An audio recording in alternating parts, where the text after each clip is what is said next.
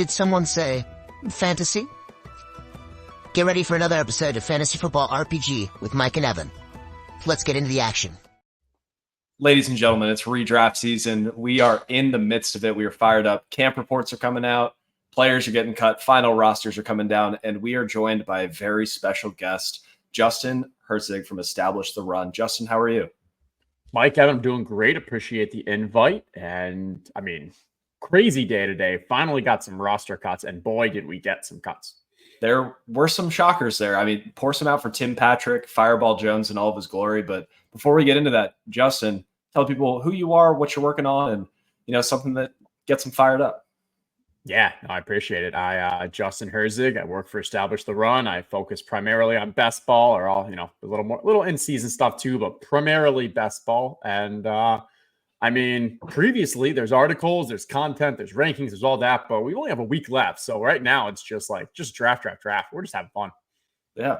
It's the best time of the year. Well, other than maybe Christmas, but Evan, you ran into some difficulties today. Do you want to tell the people what you were up to? I was demolishing Ohio State as USC. Congratulations. Did you win? Well, it's currently paused with 2 minutes left, and I'm up 42-21. So we got to get back to that. But before we do, and now it's time for news and notes. All right, we're just going to fly through this list because there's a load of players that were cut. Listen, I'm going to just read all of them. If there's a player that you think still has dynasty value, please stop me. Or he signed somewhere else and you're excited. So Desmond Ridder, dead. Michael Carter, RIP. Falcons didn't have anybody. The Ravens signed Russell Gage and then cut him a week later. Bold move. Frank Gore Jr., that's tough. Ray Davis is now the clear backup. KJ Hamler, the Buffalo Bills king. Terrace Marshall Jr. was a surprise cut. If he signs in Cincinnati and reunites with his college quarterback, any excitement there or no? All right. We'll keep flying. Nobody on the Bengals that we care about. The Browns surprise cut Dante Foreman. So it's going to be Jerome Ford with Pierre Strong behind him. I think they might re-sign Deonta Foreman. It sounds like this is a little trickery because they have 4 quarterbacks. They think they're going to be able to trade one of them. And once they trade one, they could then probably use that extra roster spot to re-sign Deonta Foreman because I don't think he hits waivers. I think he just goes straight free agency. Yep. But either way, yeah, this is just great news for Jerome Ford. Lovely.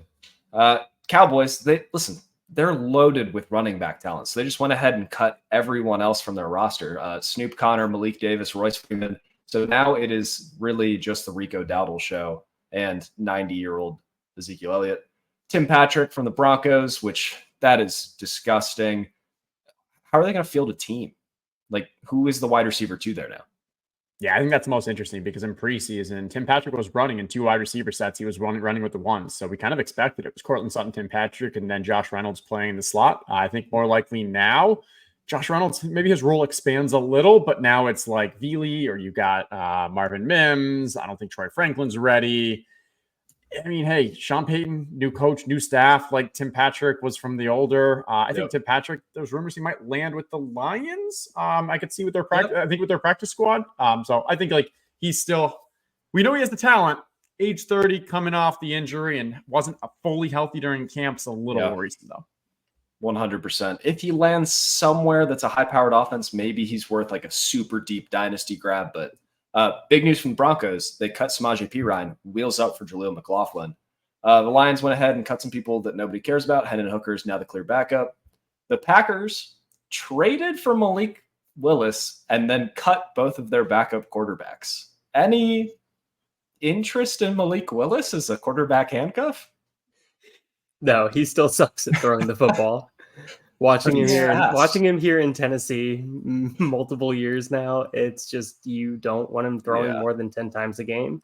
But so fast. If it's a super flex league, Jordan Love getting hurt, he does become a very solid option just because of what he can do on the ground. And they have so many other weapons that maybe they'd be able to protect him a little.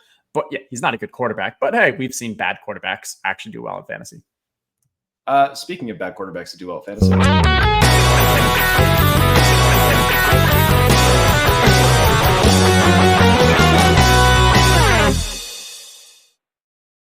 God, I love the Justin Fields Knew drop. it was coming, Mike. And I thought that was going to be Jameis Winston. Oh man, need a crab leg, Yeah, just eating W's. Houston Texans, they cut Noah Brown. Any love for a Cowboys reunion there? Hopefully. I mean, I drafted a little of him in best ball just because thoughts were, hey, attach a CJ Stroud, and he actually had multi-100-yard games last year. But if he lost out into John Mechie, it's probably not great. Yeah. Colts cut Evan Hull, which means Trey Sermon is a clear backup, which there was a camp report about that in May. We all kind of laughed at it, and now it's real life. Jags went ahead, cut some people that we don't really care about. Chiefs, my boy, Kadarius Toney. Just a heartbreaker there. They also cut Justin Ross and Irv Smith, some dynasty darlings from 3 years ago. Luis Reese-Zamet, the rugby player, didn't make the roster, and then Deneric Prince also did not. So now it's Carson Steele versus Clyde Edwards-Helaire in the most gross RB2 fight that we've ever seen. Moving on down, Evan, you were very thorough with this. Chargers cut a tight end we don't care about and a running back we don't care about. Kamani Vidal season is still alive. Are we throwing Donald Parham in the tight end we don't care about category? Listen, we care about him when he gets injured because he looks like he's just dead on the field. Unfortunately. After a great XFL, or was it USFL? I think he was doing well in the USFL. Yeah. But no, I do like Parham. He was the kind of guy that's going to get you 3 catches for 2 yards and 2 touchdowns. You love that. The Rams cut Zach Evans, another dynasty darling. They cut Boston Scott, so hopefully he goes back to Philly to score 4 touchdowns on the Giants. Dolphins are clearly riding with Skylar Thompson as their backup. I am going very fast through this. The Patriots cut Bailey Zappi, leaving only Joe Milton and Jacoby Brissett behind Drake May, assuming Drake May starts. Bailey Zappi can play. I have more love with him than with most of the quarterbacks on this list, so I hope he goes somewhere and earns a QB2 spot. James Robinson. I really enjoyed the tweet that said that Joe Milton is the best at the best ever at a sport that hasn't been invented yet. And I believe it. I think that's true. Yeah. If you just need a very big person to throw the ball really hard with no accuracy, he's your guy. The Giants cut Allen Robinson, who still exists. The Jets cut Zach Kuntz, so they're only going to carry 2 tight ends. It's Tyler Conklin and who's the other one, Evan? I was just pulling that up. Nobody of consequence, apparently, since I'm completely blanking. Conklin, wheels up. Jeremy Ruckert. Oh, Jeremy Ruckert. Great point. And last year it was I think CJ Uzomah was there, and he was taking some of them, but then he went and he got caught a couple of days ago from a different team. Yep. Yeah, so Conklin's Rodgers' guy. Yep. The Eagles, listen, they cut all sorts of people. The important thing here, Johnny Wilson made the team. Aeneas Smith made the team. Johnny Wilson dream is still alive.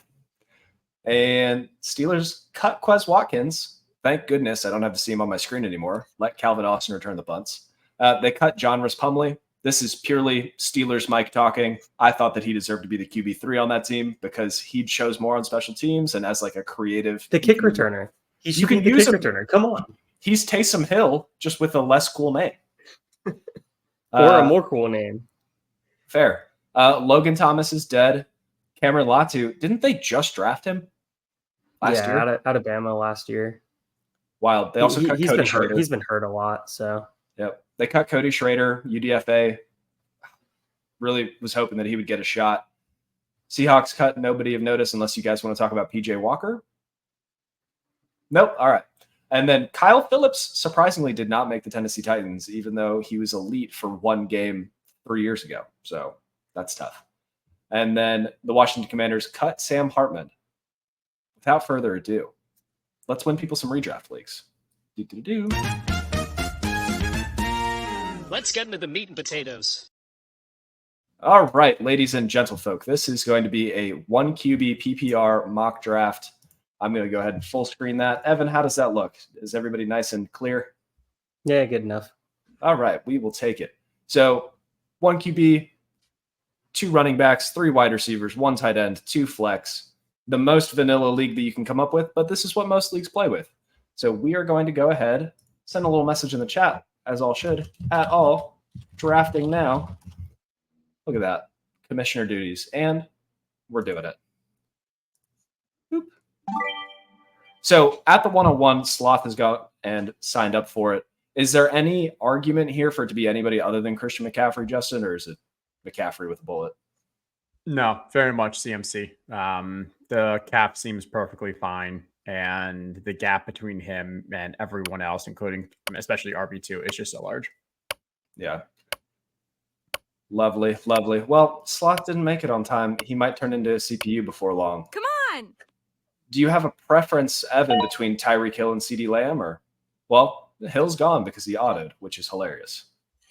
Gotta love that. That's fantastic. Yep. Personally, I still like Tyreek Hill better. I think he's more dynamic. I think you're going to roll coverages more often over to CD's side of the field. I think you should be able to see that. You're going to see improved defenses in that division, hopefully with Dan Quinn going to the Commanders, and then the Eagles going out and drafting some secondary help. So you should see an upgrade in the secondaries, which will be much obliged and much needed. Yeah. So, Justin, I saw that you went ahead and took Justin Jefferson. Tell me, do you just believe in the individual player that Justin Jefferson is? Like, he is truly quarterback proof? Yeah, for me, it comes down to in that spot, the Justin Jefferson, Amon-Ra St. Brown. And especially if we're doing like a home league, I'm pretty sure I can make it to the playoffs. My friends, they're not the smartest. Like, I can survive it. Amon-Ra St. Brown, he's got an amazing regular season schedule, so many of the indoor games. But come playoff time, it's a tough schedule. And then you've got that San Francisco week 17. Justin Jefferson, I think just the best wide receiver in the league. I think Sam Darnold is a good enough quarterback. We saw, backups to Kirk Cousins last year thrive in that offense. I don't think they throw it as much as, I think their passing rate of expectation will go down a little compared to last year, but overall, it's still going to be a slinging team, and the offense is going to run through Justin Jefferson. And hey, maybe Jordan Addison gets suspended for the playoffs, and now Justin Jefferson just ends up with 14 targets a game. Very fair, very fair. All right, I love drafting at the turn because right here, I'm just going to go ahead. I'm going to take a receiver that's going to jump into the wide receiver 1 here. So Garrett Wilson, big year coming for him. And listen, there's a whole slew of running backs here, but I feel good about the wide receiver tier going from like wide receiver 12 almost all the way to like wide receiver 27. So I'm going to secure a good running back that I feel good about. That's not returning kicks like Kyron Williams is. Hey, with him returning kicks, how early does he get injured? When is his first game that he misses this year? Oh, man. Like week 4? Right? Yeah. 4, 5, 6, somewhere in there. I mean, it's tough. He's right 195-pound running back, and they're putting him into more danger by having him run full speed. That's just not ideal. Evan, who are you looking at with your next pick? With the next pick, I'm looking at Drake London or Derrick Henry. I'm looking at either continuing to pound the wide receiver position or going with a running back that I legitimately think could get 18-plus touchdowns this season. Nice. And look at that. They're both still on there. I personally like building through wide receiver more. I always just feel like I can get running backs that get injured, play that waiver wire game. So I'm going to take London here. All right. I think it's finally that wide receiver 1 season for him. We're going to look up, not overall, but top 12 wide receiver 1 type of season. We've been waiting. We needed a regular quarterback.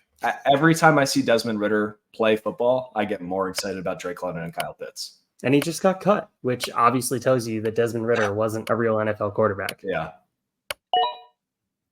Justin, does that give you any more hope for the Steelers offense? I know you're on the clock, so please focus on your pick, but I'm going to go with my favorite player this year. And I love it. My most drafted player in best ball, but Devon Achane. And he's either going to win. He's going to win me multiple weeks just by himself.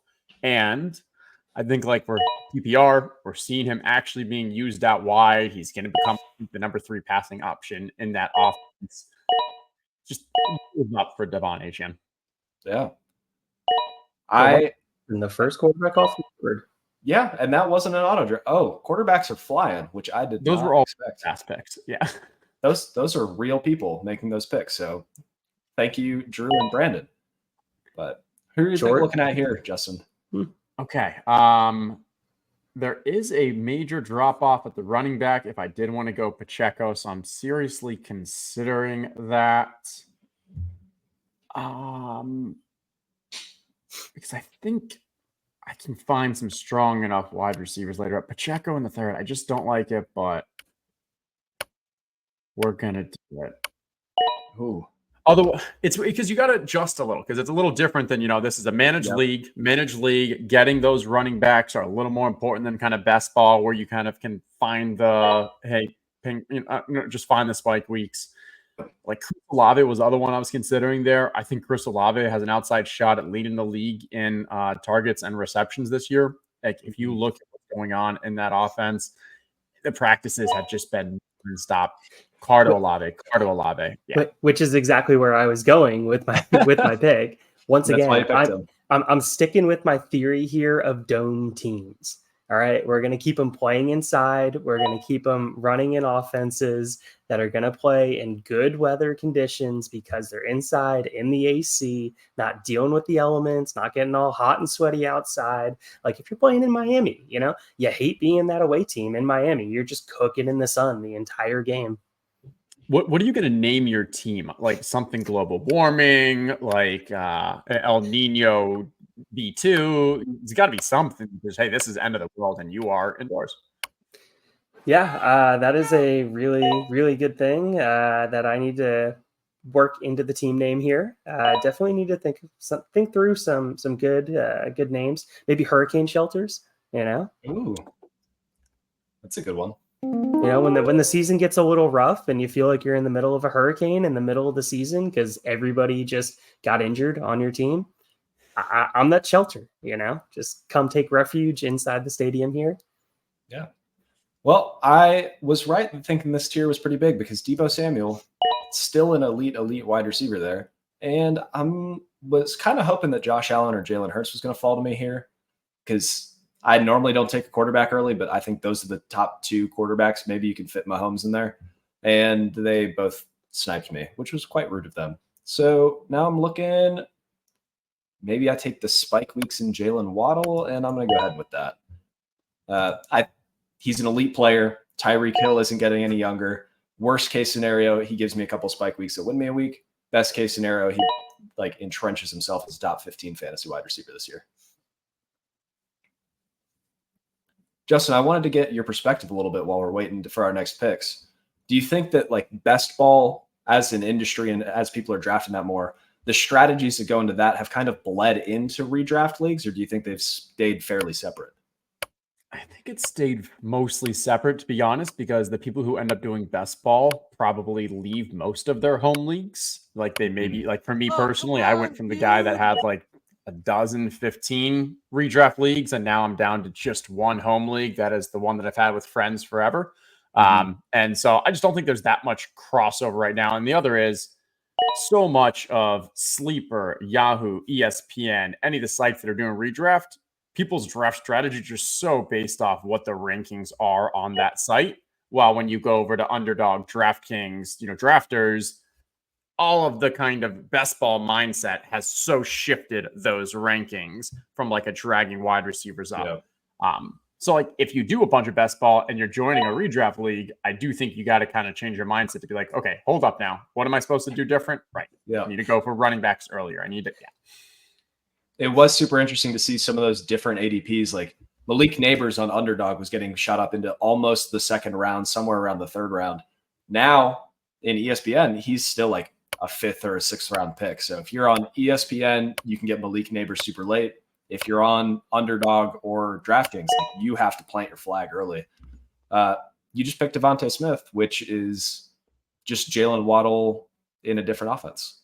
Jalen Waddle with Kellen Moore. So he's going to play a little more in the slot, kind of take that role that we saw CeeDee land, that we saw Keenan Allen thrive in. And especially with Jahan Dotson going over to Philly, it does sound like Dotson will play outside when they have three wide receiver sets, which allows Devontae Smith a little more freedom underneath and in that slot role, which I think is pretty valuable. Yep.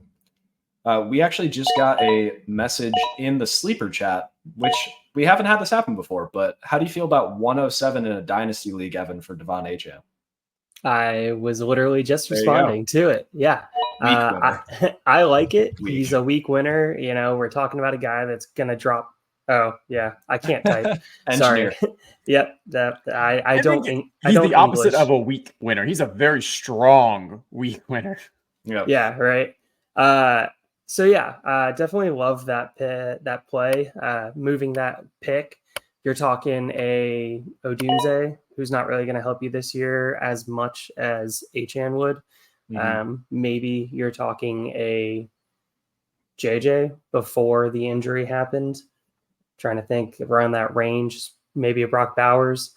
So yeah, definitely would be willing to move off of all those guys to be able to get HN who can drop a 50 burger on any given week. Yeah. Ooh, taking one of the last tight ends in the tier. Justin, do you think that Kincaid has tight end 1 in his range of outcomes?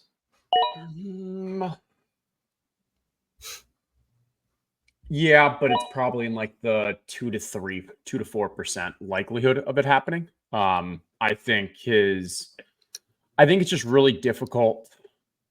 All right. The way that Laporta, the way that Kelsey kind of are structured on their teams just allows for a median outcome to be substantially higher than even what Kincaid can hit on that higher end. From a talent-wise, Kincaid is just kind of a tier below.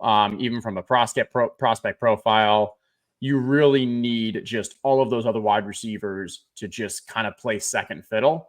And it's possible, but I don't think that's how they want that offense to run. And I think more likely, if the offense is not thriving through the wide receivers, they'll be more run heavy, which would then hurt Dalton Kincaid as they get more Dawson Knox aspects. Like for him to be number 1, I think Dawson Knox has to get hurt because Dawson Knox right now is still playing 30 to 40% of the snaps. I think you would probably need him to be the clear number 1 in that team in touchdowns, which means Keon Coleman completely fails and neither Samuel nor Shakir. I think you are really holding on for maybe this last tight end. Is that what you were hoping for? All right. If you have listened to the show at all, you know that I am the resident George Pickens stan. There's no one else there. The quarterback play's improved. Arthur Smith, we all hate him because it's funny, but he's a better OC than Matt Canada was. So I'm taking George Pickens with a bullet. Then Kyle Pitts. For some reason, we were like, oh, Drake London got an improved quarterback. We're going to fire him up. I mean, he was like picked 12 or 13 on underdog for a little bit. Kyle Pitts never adjusted. So I think Kyle Pitts has the same likelihood of being a top 5 tight end as a Dalton Kincaid, as a Trey McBride, as even a Sam Laporta if we see some touchdown regression or a Jameson Williams breakout. So I'm very happy about Kyle Pitts. My all inside team. I was waiting for Pitts to fall back. Come on, Mike. You're ruining the stream here. What are we doing? I do like Kyle Pitts, but I mean, I got to say, didn't he finish, I think, like tight end 18 last year? We have moved him up to like tight end 7. There has been a very strong bump for a player who wasn't even like a starting tight end last year. Fair. He also couldn't turn left, which is a problem. Yeah, I mean, it took Zoolander at least a 2-hour movie to get there. Yeah, so hopefully he gets the Zoolander full off-season workload, and now we can see him, take the target share, take the underlying metrics, take the things that we're excited about, and turn into a viable fantasy tight end. If not, if it doesn't happen this season, I'm done forever. Kyle Pitts is dead to me. All right, Evan, how are you feeling about your team and who you're looking at here? I know you took Anthony Richardson last, which was very rude of you because I'm the Richardson guy. Hey, I just had to get that Michael Pittman stack and had to get that interior player, which, we're looking at this board and there really aren't any interior players. I love me some wide receivers, but how many more wide receivers can I really draft? I got one more flex spot, so can probably shove one more in here. And we're going to go with Terry McLaurin because of Dotson getting traded. We're looking at an offense with Cliff Kingsbury that absolutely loves to spread the ball out, throw the ball around. So we're looking at a guy that finally could be that low-end wide receiver 1, high-end wide receiver 2, that every year everybody thinks he's going to be. And then he ends up being that low-end wide receiver 2, which always ends up disappointing. Therefore, he always ends up falling further and further in dynasty rankings. Any concern that in the preseason, Cliff Kingsbury already had him line up on the left and only run 3 different routes? I mean, it's Cliff and a rookie quarterback. So that is going to be my excuse for it. Okay. He's trying to keep it nice and simple for Daniels to learn the offense and just kind of baby gloves him into the season. It's a nice touch. Justin, you went with Tank Dell there. Do you think that there's a chance he becomes wide receiver 2, wide receiver 1? Are you just fired up about any receiver attached to CJ Stroud? Walk me through that. Yeah, I think it's the latter. Most likely you're going to have Diggs and Nico in 2 wide receiver sets, and then Tank will play in 3. That's it. They're going to have a lot of 3 wide receiver sets, a lot more than they did last year. We also expect their passing rate expectation to increase this year as Stroud enters his sophomore year, and you hope for that kind of next level, kind of just, hey, stepping it up. And then from a Tank Dell, like, he's still explosive, still can make it done. Like, his size is, he plays a lot larger than his size, plays a lot further downfield. Yep. If you do get an injury to either of the 2, he now becomes an absolute smash, but I still think he's going to provide substantial value just being a wide receiver for CJ Stroud. Completely fair. I have another hypothetical for our bettors in the room. Is there any chance that CJ Stroud breaks like the 5,000 yard mark this year? I mean, his over under set at, I think, 44.50 last I checked. So you slamming that over? I'd say possible, but they still ran a ton last year. Like, they were, I think, bottom 10 in the league in passing rate over expectation. Obviously, with CJ Stroud, like, as a rookie, you do that. You run a lot more. Okay, I'm going to grab some James Conner. You got to lock and load here. Oh, love the James Conner pick. Let's finish the CJ Stroud discussion, and then let's talk about some James Conner. So, like, we are, when we're doing projections, we're expecting to throw at a higher clip, but that's still, you look at Patrick Mahomes, they have had the highest passing rate over expectation basically since his, I think, first year as a starter, sophomore year. That's a team that we know is just wants to throw. That's in their DNA. Mm-hmm. Houston still, they brought in Joe Mixon. Like, they still are that, probably have that run first mentality somewhere in there. So I think there's just going to be a bit more balance than him getting the full slinging it. I don't know too much about what their defense is too, but I think it should be a little better. And if that's the case, they may not have too many shootouts, which is really what you need. Why Tua was able to lead the league in receiving, in passing yards last year, because their defense, they were just shootout after shootout. Completely fair. It is a shtick at this point, Mike. Yep. We are going with an inside player here. All right. Walk me through the Jake Ferguson pick. I think every team has a tight end other than 1 or 2. Is Jake Ferguson like that much higher than the next guy that went off the board, David Njoku, do you, or it's just the shtick? I mean, the shtick made the decision. They're both the same tier to me. Watson's shoulder is definitely concerning. Watching him try and throw the ball, he doesn't seem like the same quarterback. I would be hopeful that he can get back on track. For any Browns fans out there, they definitely need it. It would be great to be able to have some hope continue for that franchise. But I think Ferguson really could be the second in command in the receptions in Dallas. Yeah. I think it is a very plausible case that you can make for that. And if that's the case, all right, let me have him. Completely fair. I would like to offer the best drafting advice that I could ever give anybody. That's to not auto draft, because then you get Austin Eckler in the 7th round in the year of our Lord 2024. I'm going to pick a guy that just perpetually scores fantasy points and we hate him for some reason, Dak Prescott.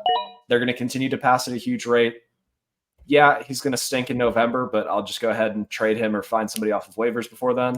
And then with my next pick, let me scroll on down here. Let me get Target Hog in a team that's terrible in a PPR league. That sounds like a recipe for success. Give me Deontay Johnson. Is Deontay Johnson the wide receiver 1 on that team come the last 2 games of the season? Emphatically, yes. Okay. Unless you feel differently about Xavier Legette. I know that we've talked about him extensively on the pod, so it's nice to have Justin here. Justin, I don't know how much you dig into the rookies, but how do you feel about Legette's fit versus what Deontay Johnson does? I have a time-sensitive question. How do I get back into the draft? I kind of went back to the home page. You got to go to mock drafts, or you can just tell me who you want, and I can use commissioner tools to assign. I don't even know where mock drafts is. Oh, Lord. I'm trying to buy time here on the clock. If you go to the show notes, I attached the link in there. I was going to say, I think you DM'd me, so if I click on that, maybe it comes right back up. Hopefully. Otherwise, already joined. I'm in. There we go. Okay. Awesome. I bought you enough time. Look at that. Using my whole clock. Sleeper's slick, but that wasn't the most UI. Okay. It happens from time to time. I'm going to take a running back with some bad knees here. I think the Raiders' offensive line is better than people actually realize. I think quarterback play is a major question. And what do they want to do? They want to try and run the ball. They want to try and control it. They want to try and play through defense. So he also plays inside, which is another bonus. That's fair. If you want the guy that's going to be in on first and second down on a bad offense, Zamir White's your guy. He's going to average 15 rushes a game, Mike. Yeah, 15 rushes from 45 yards and maybe a touchdown. Congratulations. I mean, Justin, did the 3 preseason receptions just really bring you around on Brian Thomas, or did you already love him? Already big Brian Thomas fan. I mean, if you look at going into the draft, he was pretty clearly the number 4 wide receiver from a prospect talent standpoint. Then you bring in, hey, he also got wide receiver number 4 overall draft capital. Okay, that makes sense. So now we've got a highly touted, highly draft capital player who comes into a young, blooming, quarterback that we're expecting positive regression for Trevor Lawrence. And then when you look at their actual usage, he's immediately playing in 2 wide receiver sets and went on the outside. And there's an upside chance that this offense runs through Brian Thomas. So I'm a big fan. He's obviously going to have the big plays, but I think he can also kind of give you a full route tree. Yeah. I thought it was interesting. A lot of people knocked him pre-draft because of his route tree, but why would you have Brian Thomas run a full route tree when he's big, fast, crazy good at the catch point, and you have Malik Neighbors who can do all of the short and intermediate stuff? I thought it made a lot of sense for the LSU offense to run it the way that they did, and it was very promising this preseason to see how the Jaguars are trying to move Brian Thomas around and use him in a more creative way. I think we're about to have Sloth on auto again. Cam Sutton. Oh, come on, dude. Listen, I actually don't hate the Cam Sutton or the Gus Edwards pick. Where they went, pretty rough. But, Jalen Wright at the 9-2. Can anybody explain that to me? Maybe he thinks it's a best ball league. Did Raheem Mostert already go? I think Raheem Mostert's still available. Yep. So if you want the 3, I see the path for Wright. I think that he is likely to edge out Mostert by the end of the year, but it's tough for a redraft managed league like this to know when to start him, when he's going to be useful, things like that. Clock's ticking. Justin's stressing. We're good. Come on. We're going to grab Jalen Warren. All right. Any concern with the hamstring injury or with Arthur Smith, known agent against fantasy football? To the first, it sounds like he's going to play in week 1. So the hamstring injury usually has a 2 to 3 week period of recovery, and that is what he took. So it sounds like he should be fine. Whether they come off a little slow week 1, whatever. He's probably not in my starting lineup anyways. He's definitely going to play a good role when I need him for flexes or injuries, or if Najee goes down, he's a fantastic, RB1. Now, for the Arthur Smith, obviously Arthur Smith, we don't love, he grinds our gears from a fantasy perspective, but from a running, all of his running game, his running backs have been very efficient back in the Tennessee days in Atlanta. And so, while we don't like it for tight ends or for maybe George Pickens, but from a running back standpoint, other than if Cordero Patterson starts seeing a little too much work, I'm expecting them to them combined for 500 touches. That makes a ton of sense. I did some Steelers projections, and I think I had them out to 400 and something combined between carries and targets. Gummit, Caleb McKee. He took Brian Robinson. Listen, I love Brian Robinson this year, especially as a depth running back piece. Say what you will about him. He's very useful. So now I'm looking at these running backs. I got pretty gross. Left. They're pretty gross. I'm going to take the one with the starter treatment in Cincinnati and go ahead and take Zach Moss. And listen, if our benches were deeper, I would actually go ahead and double tap maybe a backup quarterback here that I could stash in case Dak goes down or something like that. But with benches this shallow, it's really not worth it. So I'm just going to keep taking backup running backs. And we talked about it a little bit earlier. Don't love that Kyron Williams is on kick returns. I liked Blake Corum as a prospect. Evan, we argued about him over a year and a half ago. He's good at football. He's not flashy. He's not sexy. He doesn't get the people up in the morning, but he hits the holes. He runs with power, and he has a jump cut that, your uncle will be excited about. So, hi, Uncle Steve, if you're listening. Yeah, I've been listening to a bunch of Michigan, just people that are very involved, people that write on Michigan football. And it's been very evident that the coaching staff saw Edwards as the home run threat that would not do exactly what they wanted him to do, which was run the ball in between the tackles, be able to pick up 4 yards, 5 yards maybe, every once in a while break a big run, and every once in a while hit that home run instead of every single time trying to hit that home run, which is exactly what they needed, which is why they just absolutely fed Corum last year. He can handle the workload as soon as Kyron goes down.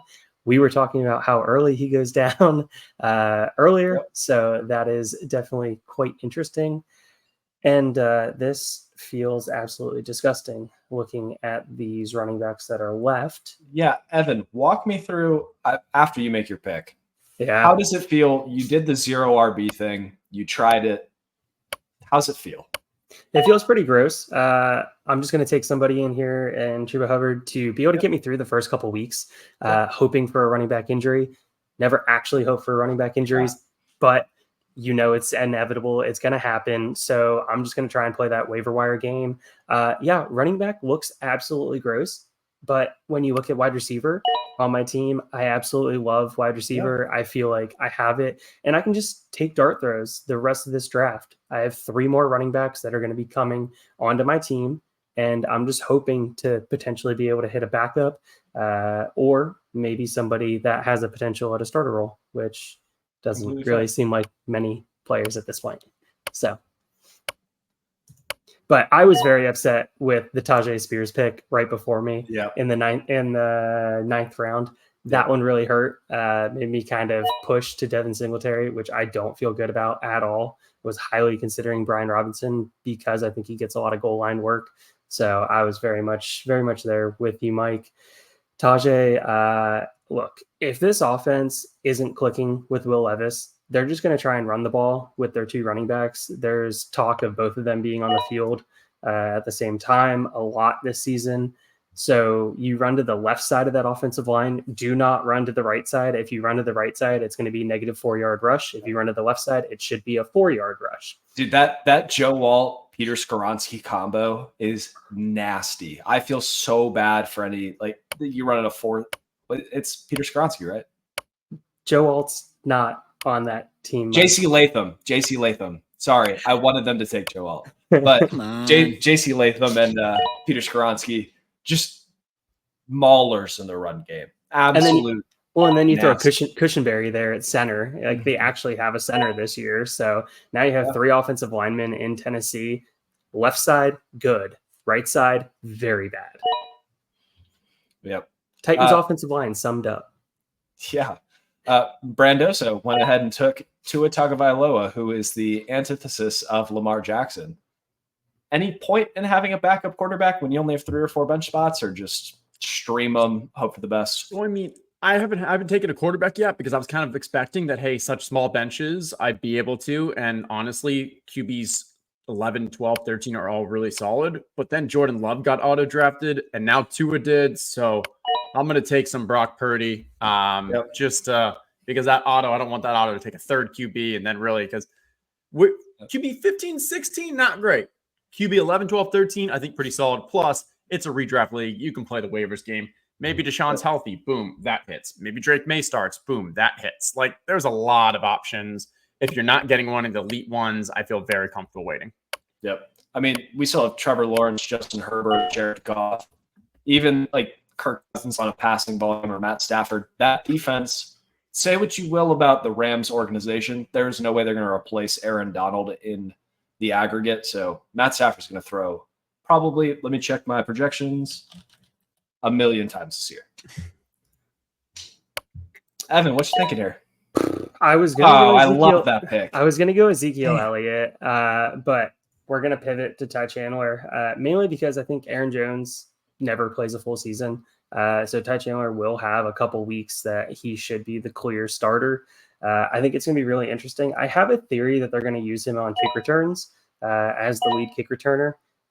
for that team with Kine and Guangu. Yes, I probably just butchered that last name. Cut. Yep. Yeah, it just got exactly. He got cut. So if Ty Chandler is going to be seeing the field, he's going to be on that team. He's going to be getting carries. He's going to be involved in the offense. I just really appreciate a guy that can play special teams, be able to stay on the field, be active, see him in games. So yeah, I went with Ty Chandler there. Evan, I have something gross to propose to you. I'm going to take Jalen Polk. Listen, you know my theory, and I did the math on rookie quarterbacks and their wide receivers, but this late, might as well take a shot. It's going to be very clearly early whether he's the running back one or whether he's just a guy. And I hate to say this, I'm not trying to jinx anything. If Breece Hall goes down, is there a more clear RB1 option than Braylon Allen? That's your guy. He's the clear backup on a good offense, and he's going to get a metric boatload of touches. Look, I remember touting him as a 17-year-old, and then I remember slowly going downhill the rest of his college career for me. Fair. Is he actually the number 2? Because we saw in the preseason game, like Izzy started taking a little of it as well. So I still think like Braylon Allen's a solid pick and most likely would end up being the number 2. But I don't think it's as clear cut as it was after that first preseason game. And that gives me a little concern if I'm comparing him to guys like Jordan Mason, Rashad White. There's a Ray Davis, maybe. There's a few others that I think also have some really strong upside. Yep. You mean Bucky Irving for Rashad White, right? Sorry, I meant Bucky Irving for Rashad White. Yeah, I got you. So I'm going to assume, much like most leagues, that there will be an IR slot. So I'll be able to slot Nick Chubb right after the draft in that IR slot. Picking Allen over Chubb. Right. So, I mean, we're looking at it. We're saying Nick Chubb is going to be that guy that if I make playoffs, he's going to be that running back that you can count on. We know Cleveland absolutely loves him. He's basically Cleveland royalty. When he comes back on the field, Jerome Ford's going to go to the side, probably play the 1B because they're not going to want to load Chubb up right away. But Chubb is going to be the guy. He's always been the guy in Cleveland. And if I have an IR slot, why not utilize it with a player that has huge upside? My issue, and I'm trying to pull up his season finishes. So let's say theoretically he returns completely to form. Like you have a locked and loaded Nick Chubb regular season, which is probably unlikely given the nature of his injury. You're still looking at like an RB 16 to 18 in PPR. Like he's not 5 yards a carry. If he comes back, I think that's the challenge with him is he's always been one of the most pure best rushers in the league. He's a clear outlier.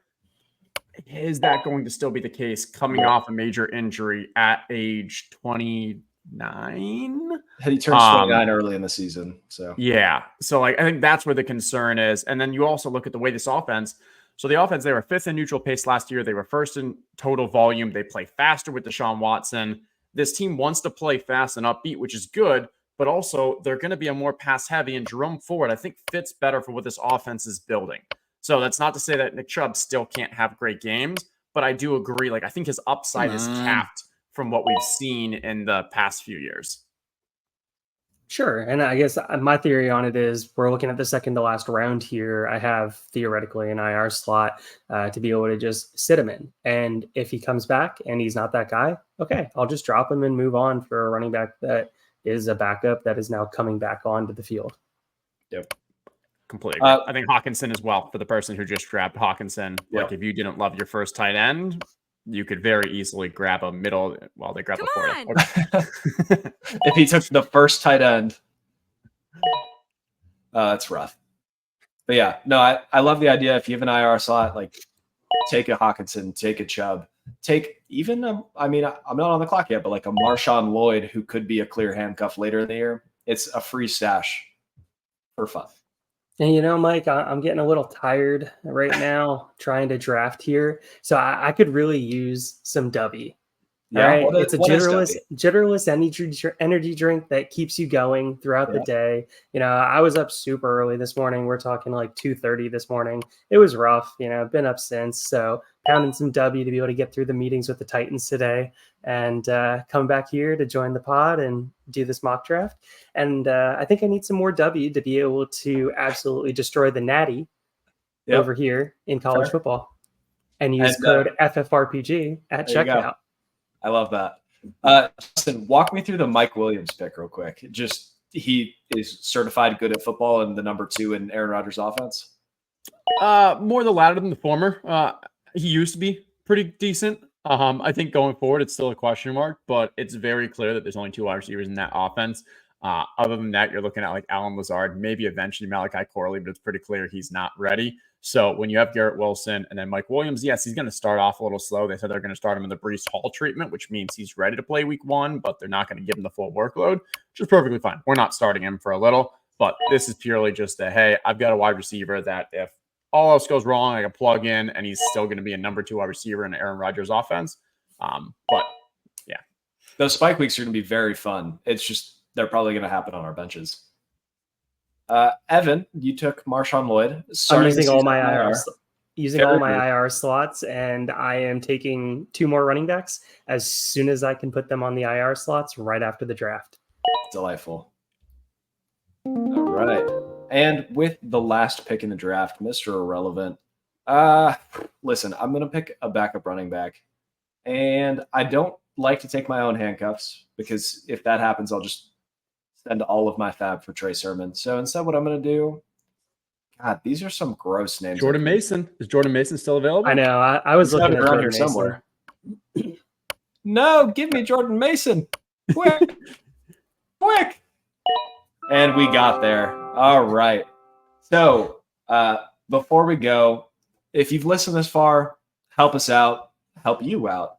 Give us a subscribe, like, comment, whatever. We really appreciate you listening along. And also go check out some of Justin's stuff. Justin, where can they find you? At Justin Herzig, Herzig on Twitter. And from there, you'll see just about everything I put out. Delightful. All right, you guys want to real quick run through this? And let's say favorite pick, least favorite pick. It doesn't have to be from your team. Let's roast preferably Caleb because he sniped me a couple times. Evan, we'll start with you. Favorite pick and least favorite pick. I think my least favorite is my Anthony Richardson pick, knowing that I could have had Kyler 2 rounds later. Yeah, that's always a tough pill to swallow. Really thought Kyler was going to go a little bit earlier because of the rushing upside, because of finally having 2 receiving weapons in that offense. Let's see, favorite pick. I really did like the Brian Robinson pick and Blake Corum. I really like the Blake Corum. That's what I'm going to go with. Final answer. All right.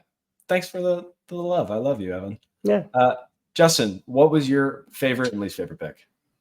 For the draft, least favorite, not including the auto drafts, I would say it's more of a holistic, but TJ Hawkinson. If you're going to draft an elite tight end, you don't need to draft a second, especially not someone who's just going to ride your pine. Yeah. We see as well, like the Evan Ingram right there as well. You've got Kelsey. You're not going to be playing these guys in the flex. And if you are, then you're wasting the pick because if you look at the other players going around it, they're far more valuable for your flex. So count on your player. Don't play for injuries. And especially if you're going with an elite from a tight end. Favorite pick. Let's go the one that sniped right before me, round 4, Malik Neighbors in home drafts. Anyone that's doing like a redraft style, Malik Neighbors goes way too late.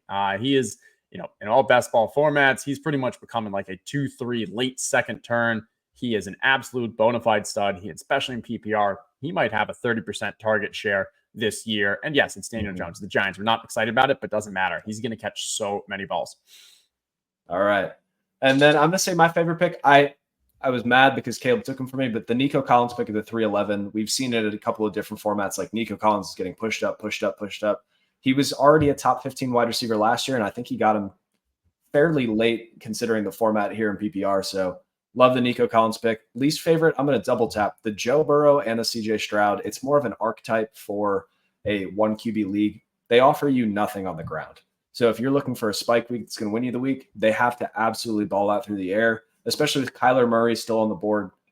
Like, I know I took Dak Prescott, who's almost the same thing. Jaden Daniels, like, you can wait on quarterback a little bit more and just get a better fantasy football asset. So don't love the pocket passers in this format specifically. In Superflex, go for it because they provide you a little more safety. But I think that wraps up everything we had on the agenda for the night. Justin, thank you so much for coming on. I hope you had a good time. I hope the listeners had a good time. Evan, as always, I love you.